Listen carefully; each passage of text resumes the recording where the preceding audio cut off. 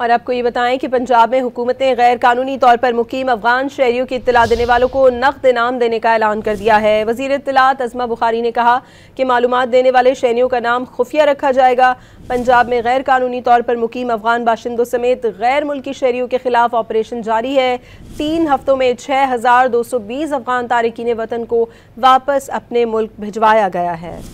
और आपको ये बताएं कि पंजाब में हुकूमत ने गैर कानूनी तौर पर मुकीम अफगान शहरियों की इत्तला देने वालों को नकद इनाम देने का ऐलान कर दिया है। वज़ीर इत्तलात अज़मा बुखारी ने कहा कि मालूमात देने वाले शहरियों का नाम खुफिया रखा जाएगा। पंजाब में गैर कानूनी तौर पर मुकीम अफगान बाशिंदों समेत गैर मुल्की शहरियों के खिलाफ ऑपरेशन जारी है। 3 हफ्तों में 6220 अफगान तारिकीन वतन को वापस अपने मुल्क भिजवाया गया है। और आपको ये बताएं कि पंजाब में हुकूमत ने गैर कानूनी तौर पर मुकीम अफगान शहरियों की इत्तला देने वालों को नकद इनाम देने का ऐलान कर दिया है। वज़ीर इत्तलात अज़मा बुखारी ने कहा कि मालूमात देने वाले शहरियों का नाम खुफिया रखा जाएगा। पंजाब में गैर कानूनी तौर पर मुकीम अफगान बाशिंदों समेत गैर मुल्की शहरियों के खिलाफ ऑपरेशन जारी है।